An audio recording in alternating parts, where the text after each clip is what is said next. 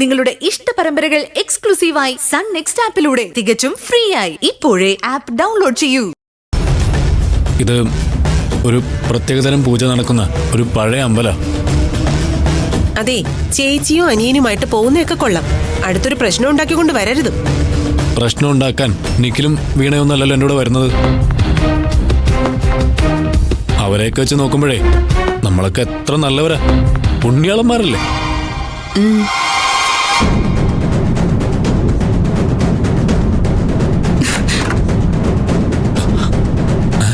ആരാ പുണ്യാളന്മാര്?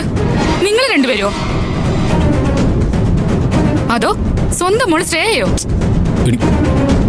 അവളെ കുറിച്ച് അറിയണമെങ്കിലേ പോകുന്നിടത്തൊക്കെ CCTV വെക്കണം.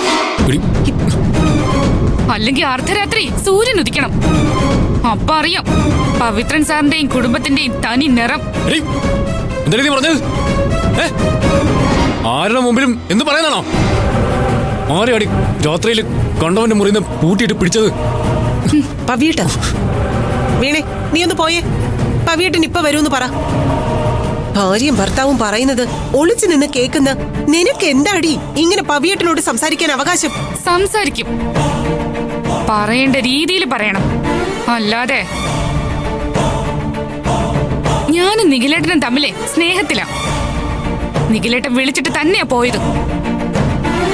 ഞാൻ ആ മുറിയിലുണ്ടെന്ന് അറിഞ്ഞ് എന്നെ കൊടുക്കാൻ മുറി പുറത്തു നിന്ന് കുറ്റിയിട്ട് എല്ലാരും വിളിച്ചു കൂട്ടിയിട്ട് നിന്ന് ന്യായം പറയുന്നോ? എനിക്ക് പറയാനുണ്ടെങ്കിലേ ഞാൻ ആരുടെ മുന്നിലായാലും പറയും. എനിക്കാരും പേടിയൊന്നുമില്ല. ഇനിയും ഇവളിവിടെ നിന്ന സത്യമെല്ലാം വിളിച്ചു പറയും. പവിയേട്ടൻ അറിഞ്ഞാ പിന്നെ എന്താ സംഭവിക്കുമെന്ന് പറയാൻ പറ്റില്ല.